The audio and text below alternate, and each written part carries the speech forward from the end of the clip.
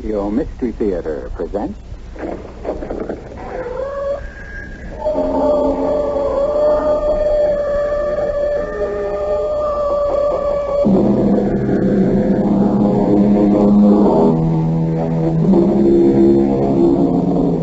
Come in.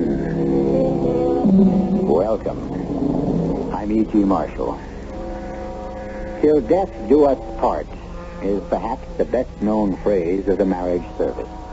Today's brides and grooms say them and all the time believe them, despite so many marriages ending in the divorce court.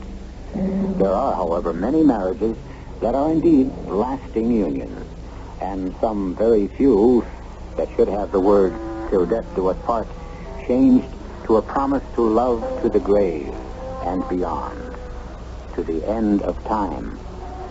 Emily, why can't I see you? John, darling, I am dead, and you live. You've crossed a deep and dark boundary to be here to talk to me, and it is best for you to go back now and forget. Forget you, Emily? You know I can never do that. Forget that you ever talked to me, John. Please, for your sake, if not for mine. Learn to leave the dead alone.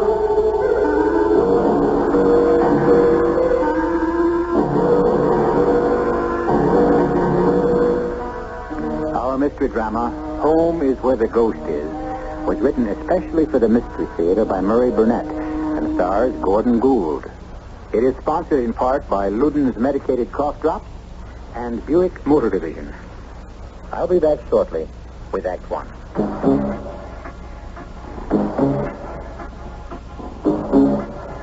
When you say that, you said a lot of things nobody else can say. A lot of things, like Beechwood aging for 100% natural carbonation. That's how the Budweiser people age their beer. Nobody else does it that special way. But then, nobody else is brewing the king of beers.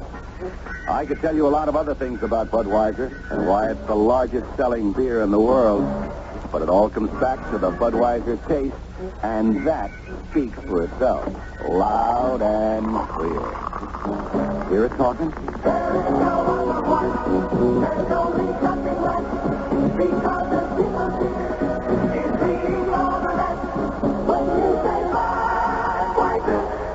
You said it all. Anheuser-Busch,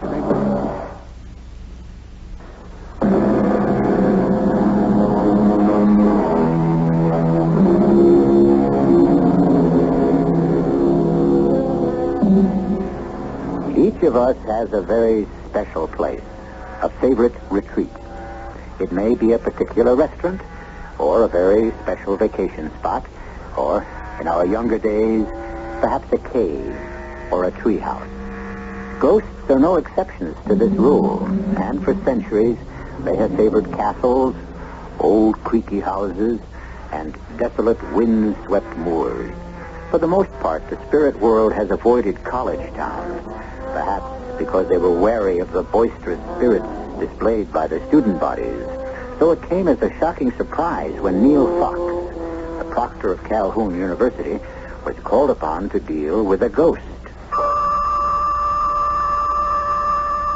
I don't believe in ghosts. What happened at Calhoun during the International Conference of Scientific Observers happened. I admit that, but I wasn't dealing with ghosts. I was dealing with Professor Ramsay Jocelyn, a man whose scientific credentials were, and are, impeccable. And I will leave it to you to decide about the ghost. It started when an excited and distraught Ramsay phoned me late one afternoon. He sounded so upset that I dropped everything to get over to his house. Oh, Neil, thanks for rushing over. Okay. I hope I didn't inconvenience you too much. No, not at all. I just left 2 FBI men and another agent from some super-secret arm of the government sitting in my office, but I'd leave a lot more people than that when I heard the note of panic in your voice. Neil, I had an experience. What?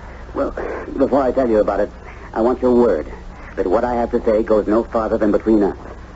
You have my word. All right. First, I want you to open the back door to this house and tell me what you see. Okay. You coming with me? No, I'll stay here. Well, what am I supposed to see? Just open the door. Well? Well, just what I expected. Your backyard, your garden, and off in the distance, the Howroyd's house. That's it? Nothing else at all? Yeah, that's it. What did you expect? I don't know. I'm not sure. All I know is that when I opened that same door some time ago, I didn't see the backyard, or the garden, or the Holroyd's house. I saw Emily. Oh. Well, I suppose that's only natural. Only natural. Don't humor me, Neil. You know Emily's been dead 3 weeks, and I saw her. Wait a minute. You mean you think you saw her? And talked to her. Well, we better go into the den, have a drink, and just talk this thing out, okay? Okay, fair enough. Now, please listen to me, and don't interrupt. Try to put yourself in my place. I walked to the door and opened it, and I saw no backyard, but tree-shaded walks, and I heard music, strange, unearthly music. Go home, John. Go home. Emily? Emily? Is that you? You shouldn't be here, my love.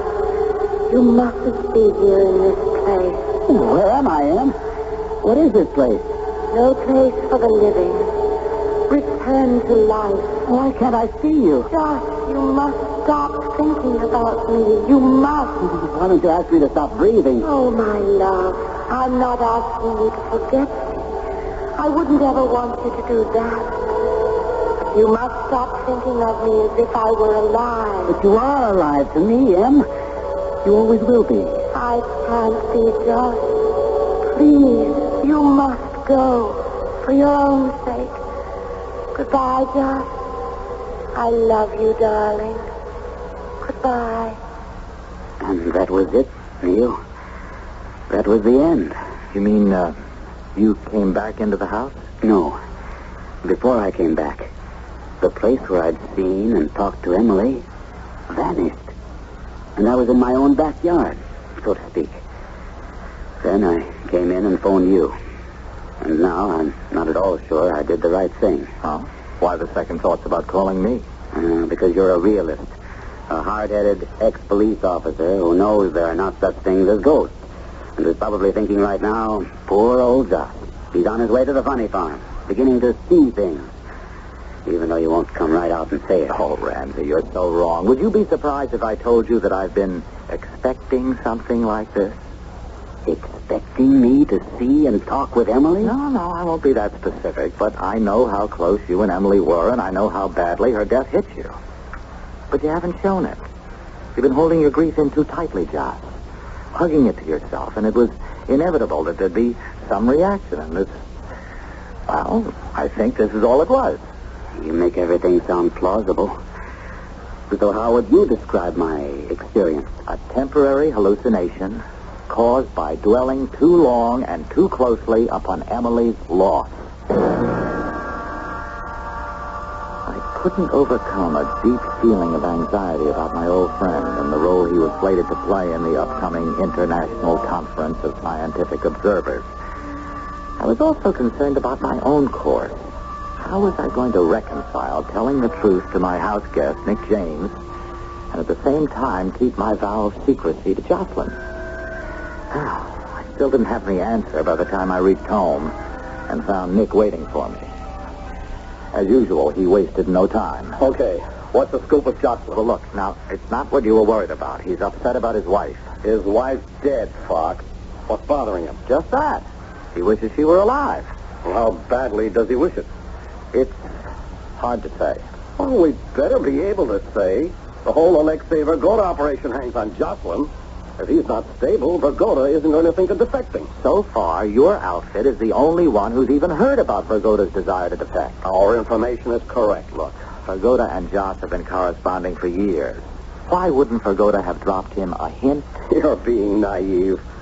With a man as important as Alexei Vergoda, the slightest trace of anything that's whispered of disaffection, and he wouldn't have been allowed to come to this conference. Yeah, but he must have told someone he was set up because you people heard about it. Vergoda wants out, and we want to help him. We believe that Vergoda will use Ramsey Jocelyn as a contact when he gets here.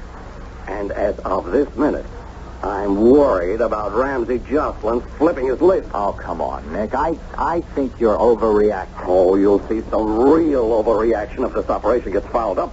With all the men you've got out here, I don't understand why you say the whole operation hangs on Jocelyn. Oh, our information says Vergoda is going to contact Jocelyn because he trusts him. Now, will you guarantee me that he's going to stay normal until this conference is over? Guarantee? No one can guarantee that anyone will even be alive tomorrow. But what I will do is go back and check this whole thing out with Josh.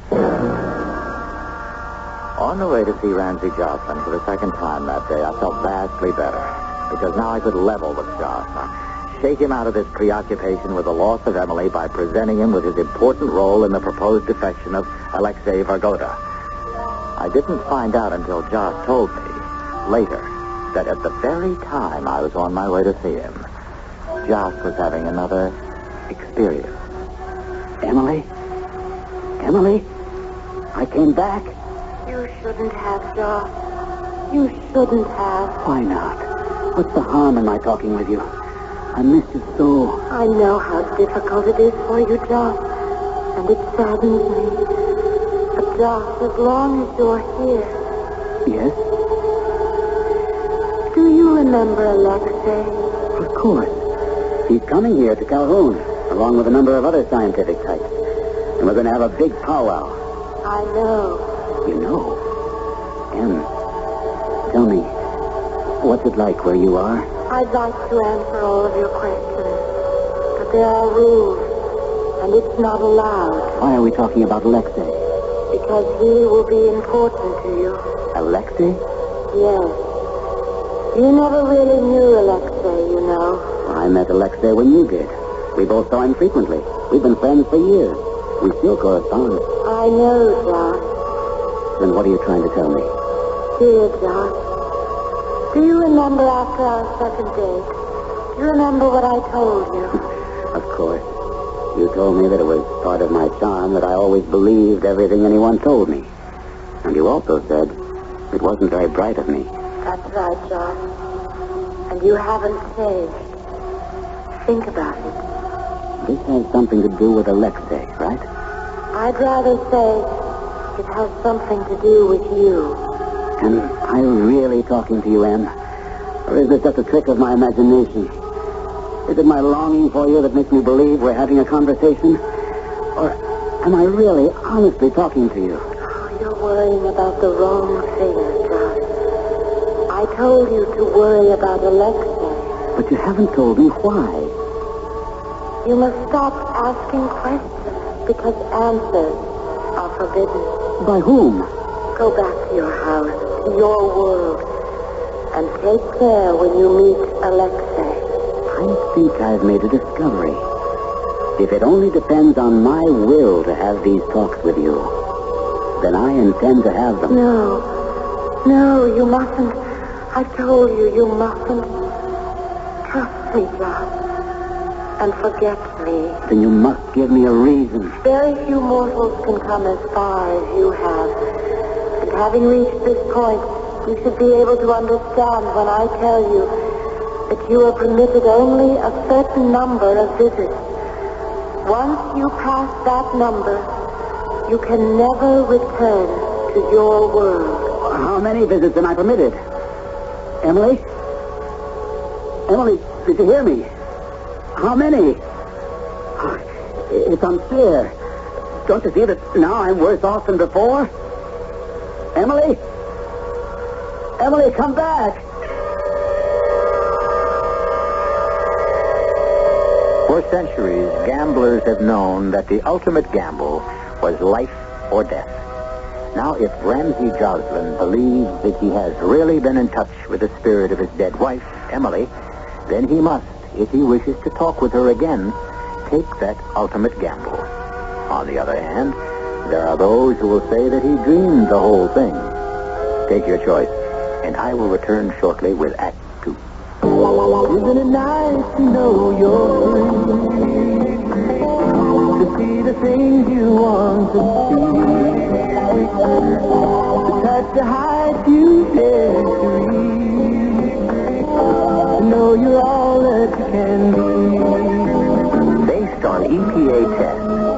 mid-size Century with available automatic transmission and the Buick V6 got 17 miles per gallon in the city test and 25 in the highway test.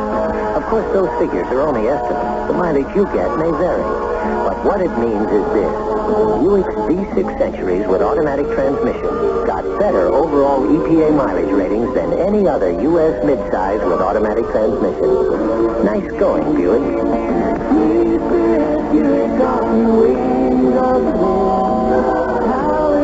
California, see your Buick dealer for EPA figures.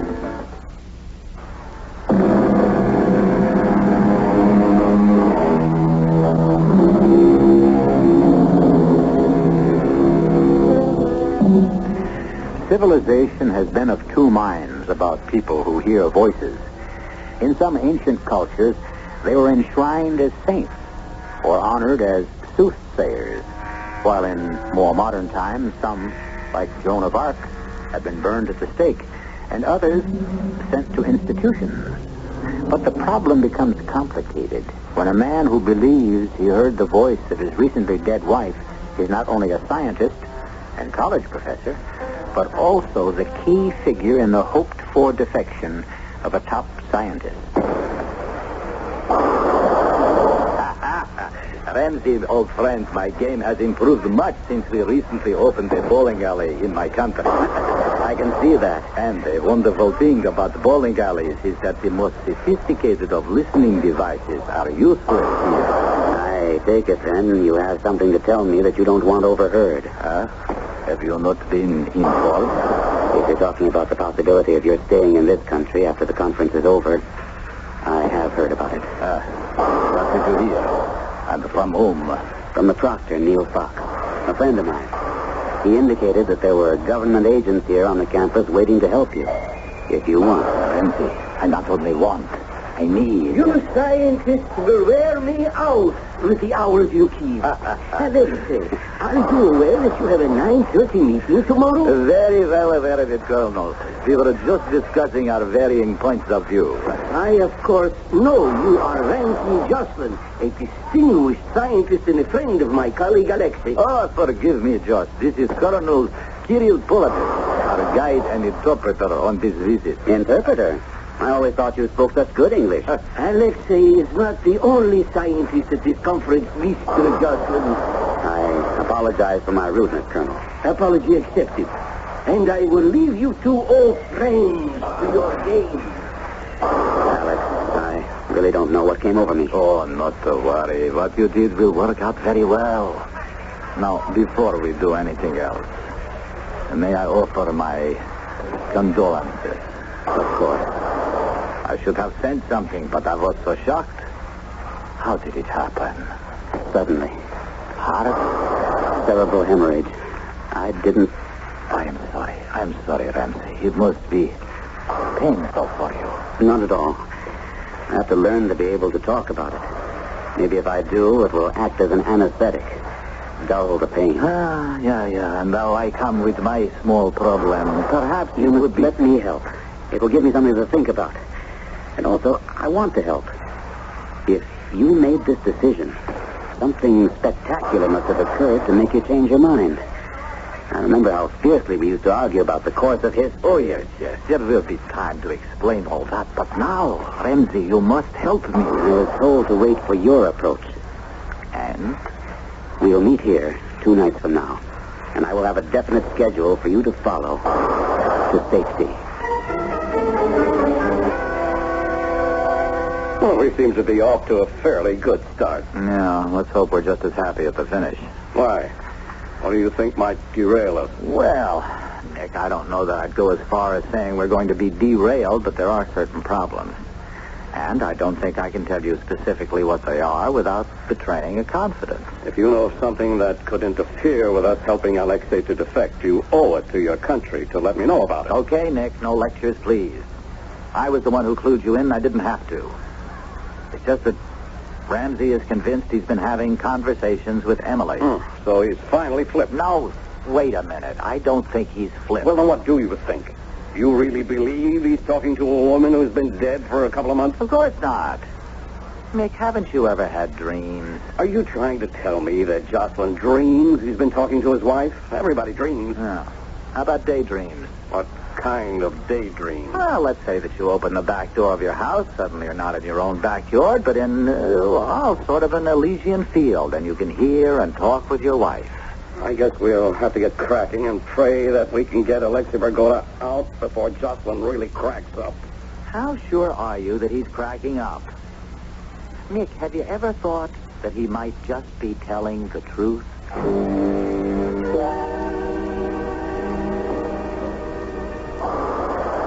have good news for you. I've spoken to my people, and everything's been arranged. You will never know how grateful I am to you. I promise you that someday I will repay. Oh, forget it, Alexei. You know I'm happy to do it. When, where, and how? It will be at the Roundabout Inn luncheon when we make our visit to Eden Farm. Aha.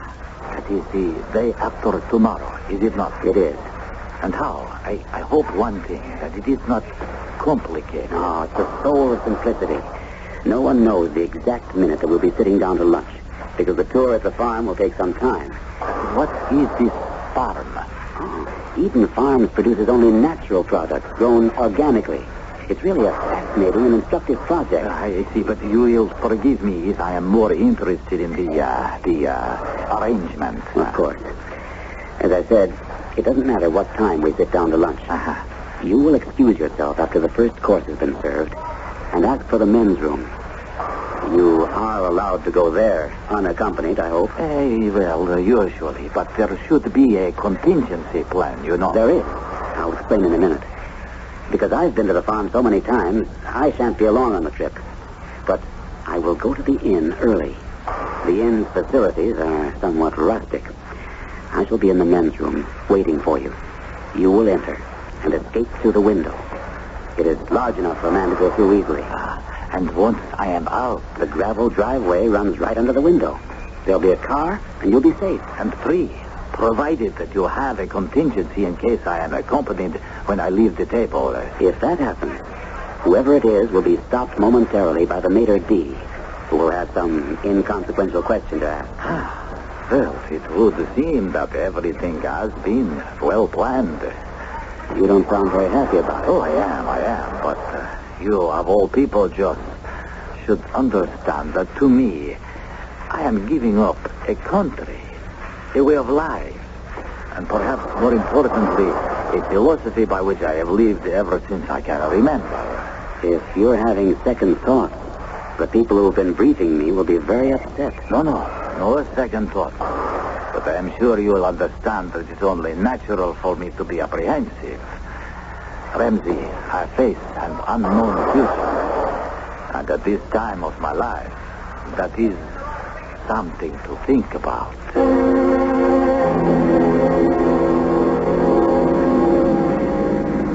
Oh, Josh, you're quiet today. I'm not used to this cloak and dagger stuff. Neither am I. But at this point, there's nothing for you to worry about. You know what you have to do. Are you sure everything's been arranged? Positive. I'll be waiting.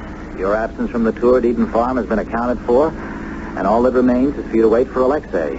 But, by the way, how did he take the plan? Oh, I hate all this.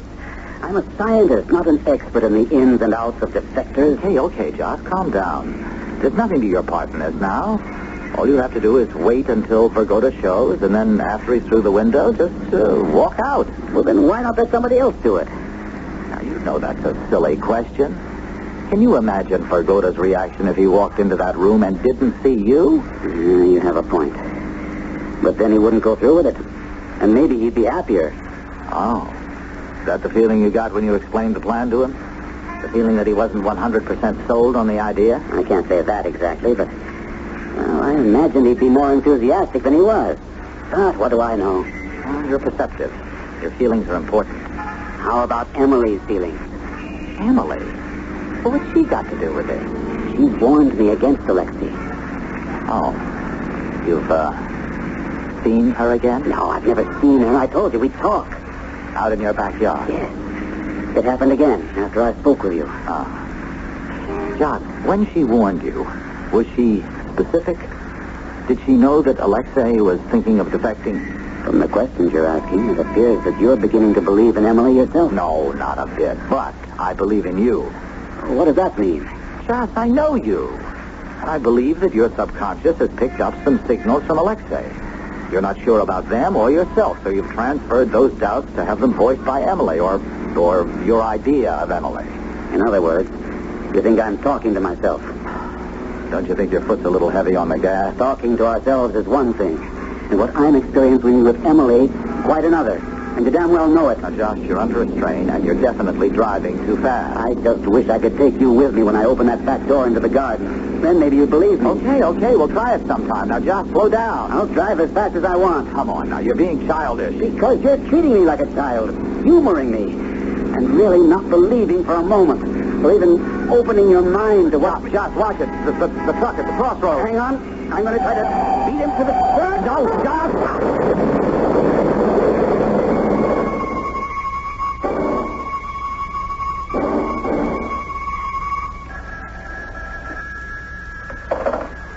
Yes, hello. Neil, I called your house first, but they told me you were still in the hospital. I thought you were supposed to get out today. Oh, I was, and I am. Just waiting for one last x-ray. What time do you think you'll be out? Sometime this afternoon. Anything up? Have you, heard from our friend? Only the usual courtesy call, hoping I wasn't seriously hurt in the crash.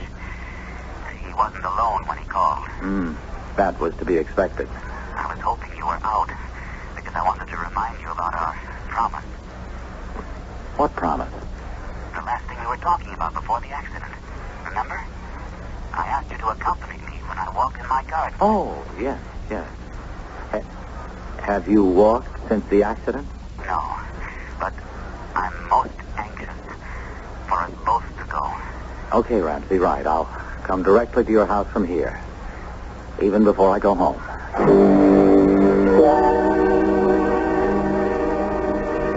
You're not scared, are you? No, of course not, but maybe there has to be some kind of preparation. Like what? Well, like me thinking about Emily, concentrating on her, and you doing the same. I don't see why. I never thought about her before. I mean, made an effort. I just opened the door, and there she was. All right. Go ahead. Open it. I just thought of something. What? Suppose that when I open this door, you see the backyard as it was, always, and I see what I've seen before. Then we at least will have some kind of an answer, won't we? I suppose so.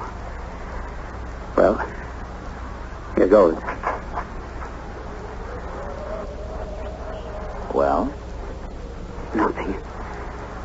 It's just my backyard. That's right, John. That's all it is. Why don't we take a walk? Okay. I've got time for just about a 5-minute stroll, Joss, and then I think it'll be back to the drawing board because we still have a commitment to Vergoda. We walked for the full 5 minutes through the entire garden, but nothing changed, and Jocelyn never claimed that he had heard Emily's voice. Joss and I went back into the house, and I returned home after telling Joss that Mick James was going to come up with another plan for Vergoda's defection. I didn't know till Joss told me the next day that he'd gone back to the garden alone.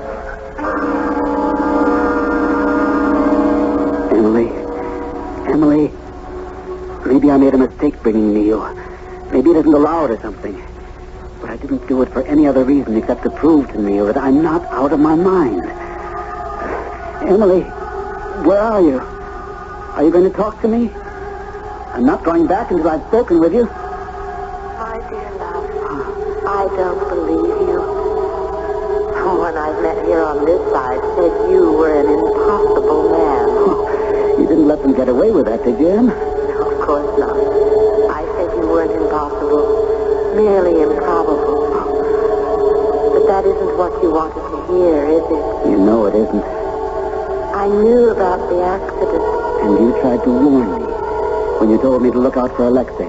Not exactly. But you did warn me about Alexei, didn't you? Yes. And you must have known what was going to happen. Oh, you must stop this, Joss. You must.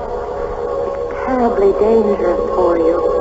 More dangerous than Alexei? Oh, yes. Much more. I must go. I swear by your love for me and mine for you, if you visit me once more, you can never go back. The question remaining to be answered is, will a man as strong-minded as Ramsey Joslin heed the warning? I'll be back with that answer in Act 3 in just a few moments. You can have great taste, lots of great taste and taste with Lutein. They're medicated cough drops with great taste in every box. Wild cherry, sweet and savory, menthol, cool and flavory.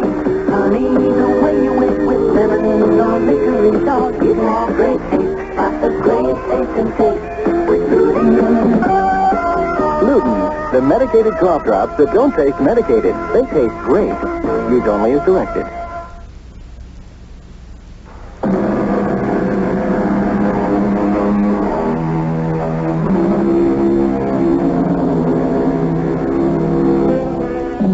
Iron Curtain countries have long been interested in esoteric sciences.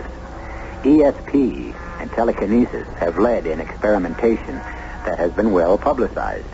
But one may well wonder whether they haven't also looked into the occult. If this were true, as well it might be, then a dissenting scientist who wished to defect wouldn't be too upset to find his contact in the United States engaged in conversation with his dead wife. This opinion, however, isn't shared by the American government agent masterminding the arrangements for the defector. Foul up. That's what you can expect every time you deal with amateurs. Oh, look, Nick, I don't see how you can blame an automobile accident on the fact that Ramsey Joslin is an amateur in espionage. He was driving, wasn't he, Fox? And according to you, he was upset about his wife, and he wasn't paying attention to what he should have been thinking about. One thing only. To get to the inn and get Vergoda out of there. Look, the conference ends Friday at 3 p.m. All of the scientists and visitors will be off the campus. We just have to come up with something that's workable between now and 3 p.m. Friday. Well, that gives us just 2 days. 2 days to get a plan. Give it to Jocelyn. Have him contact Vergoda and then carry it off. All right, excuse me for asking what's undoubtedly a stupid question, but what would be wrong with having Vergoda simply walk up to your office and ask to be taken to a U.S. consul for asylum? Nothing. All you have to do is tell me how he can get up here unescorted. And what reason could Vergoda give to come to your office? He'd have to invent something that his people would buy. Okay. All right, what does that leave us with? What we had from the beginning. His friendship with Ramsey Joslin. At the same time that Nick James was outlining the new plan to me, a meeting was taking place at the dormitory that had been assigned to the visitors. I didn't know it at the time, but it was all too clear before the end of this affair. As you well know, Comrade Vergoda, our superiors don't believe in acts of God. Nor automobile accidents either, eh, Colonel? Whatever names we call it, it is failure, and we both know how they regard failure. There need be no failure here with Jocelyn. We are desperately short of time. Who says that Jocelyn is so important that we must have him? What? Didn't the original suggestion for the kidnapping of Jocelyn come from you? Whether or not Jocelyn is important to us has no bearing on their attitude about me. You agree that I am still a number one priority on their books? Yes, I agree. So, they must renew their efforts to set up another rendezvous. And time also pressures them. I am going to explain to my old friend Jocelyn that I have decided it isn't in the cards for me to be able to defect successfully. Very clever. Then you expect him to argue with you and try to change your mind, huh? Most certainly. And during that urgent arguing, we will again become very close. And we will talk much more openly about everything, including his experiments. I cannot see any major objections to this proposal. What is our agenda for today? Well, let me see. 2 meetings, The afternoon conference on weather control data is at Goodwin Hall. As I remember, there is a cafeteria at Goodwin. Why don't we lunch there and allow ourselves to be, shall we say, discovered? I think you should know, Alexei, that you never fooled me for a moment. What? Who is that? Emily, the girl you hope to marry. You always had an underlying streak of treachery, Alexei, and it made you completely unattractive. Is this some trick? Something? No trick, Alexei. But please, remember, you may fool Josh, but you will never fool me. This is ridiculous.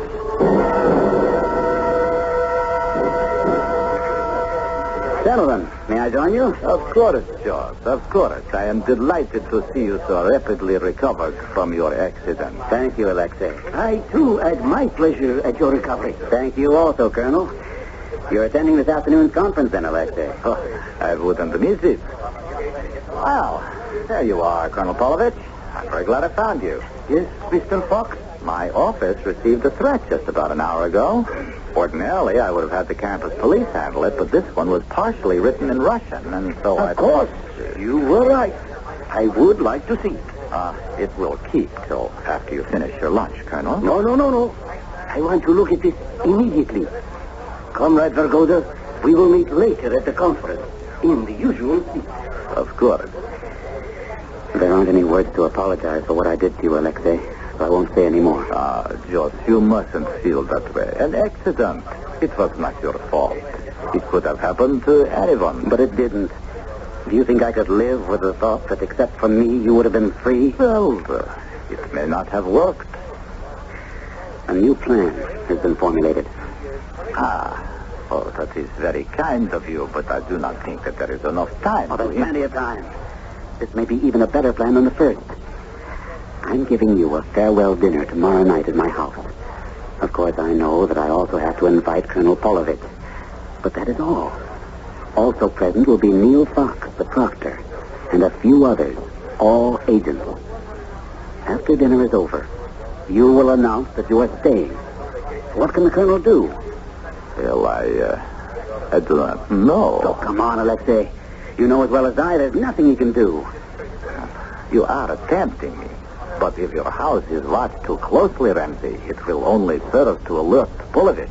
Not with the threat that he's going to read in Neil's office. That will be the ostensible reason for having agents around the house.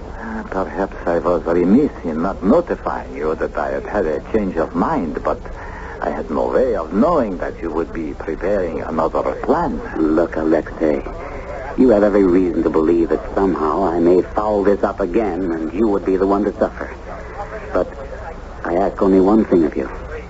Be prepared to make a decision when you come to my house for that farewell dinner. So now, Colonel, we go back to the original design. We take Ramsey Jocelyn back with us. But now we have to take him from under the noses of the men who think you are going to defect to them. They have made a large mistake. Because of the false threat they showed you earlier, you have every right to ask to participate in the security arrangements for the dinner. It should be a relatively simple matter to replace their men with ours. Perhaps. But still, I will have to be at the dinner and will have to use some force to get Jocelyn away. Yes. A dart gun to incapacitate the agent Nick James. I do not think that the proctor will give us any trouble. And Jocelyn? Well, if necessary, we can drug him as previously planned.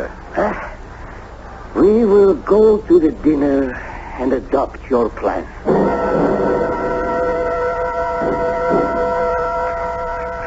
An excellent meal, Mr. Jocelyn. Excellent. I'm happy to hear you say that, Colonel. You see, Alexei, everything went off as planned at your farewell dinner. Not quite, old friend. Not quite. What? No one will move, please.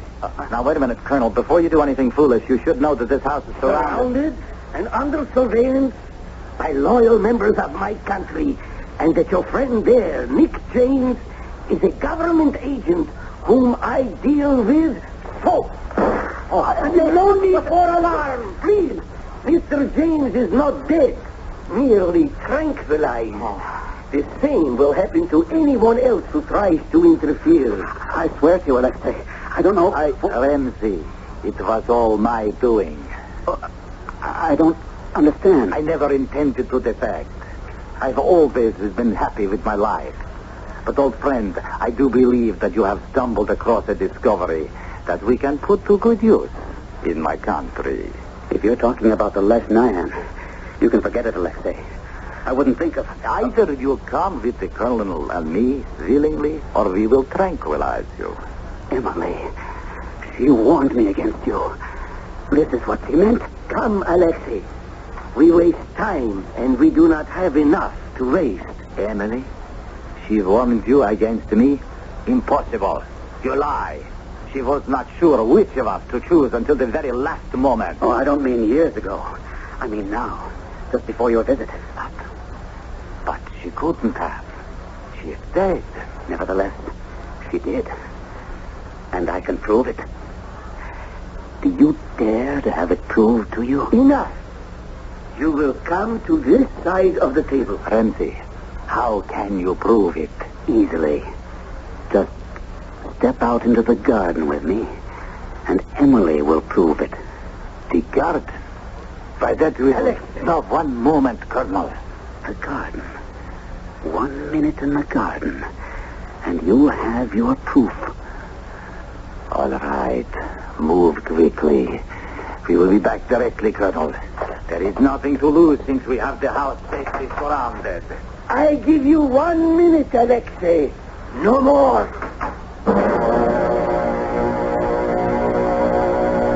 The door closed behind them. We waited. 1 minute passed, then 2. And then the Colonel ordered us all into the garden. But they had disappeared. Both Ramsey Jocelyn and Alexei Vagoda. Neither was ever seen again.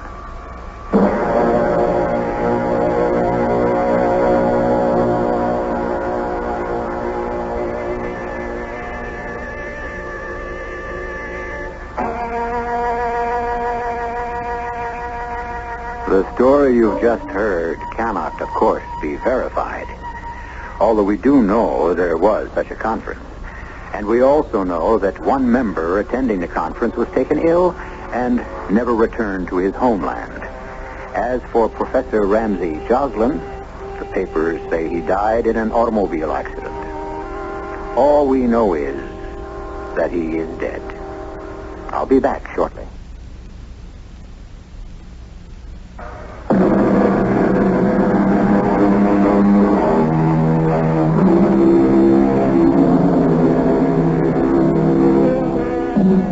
Much has been written about the last frontier, space. And now it seems that we have conquered that. Writers and social planners bemoan the fact that there are no more frontiers for man to cross. But is that really true? The final mystery, death and life after death, still remains as tantalizing, as frightening, and as full of hope as ever. I, for one, will be exploring it right here with you 7 times a week. Our cast included Gordon Gould, Patricia Elliott, William Redfield, and Gilbert Mack. The entire production was under the direction of Himan Brown. Radio Mystery Theater was sponsored in part by Buick Motor Division. This is E.G. Marshall inviting you to return to our Mystery Theater for another adventure in the macabre. Until next time, pleasant dreams.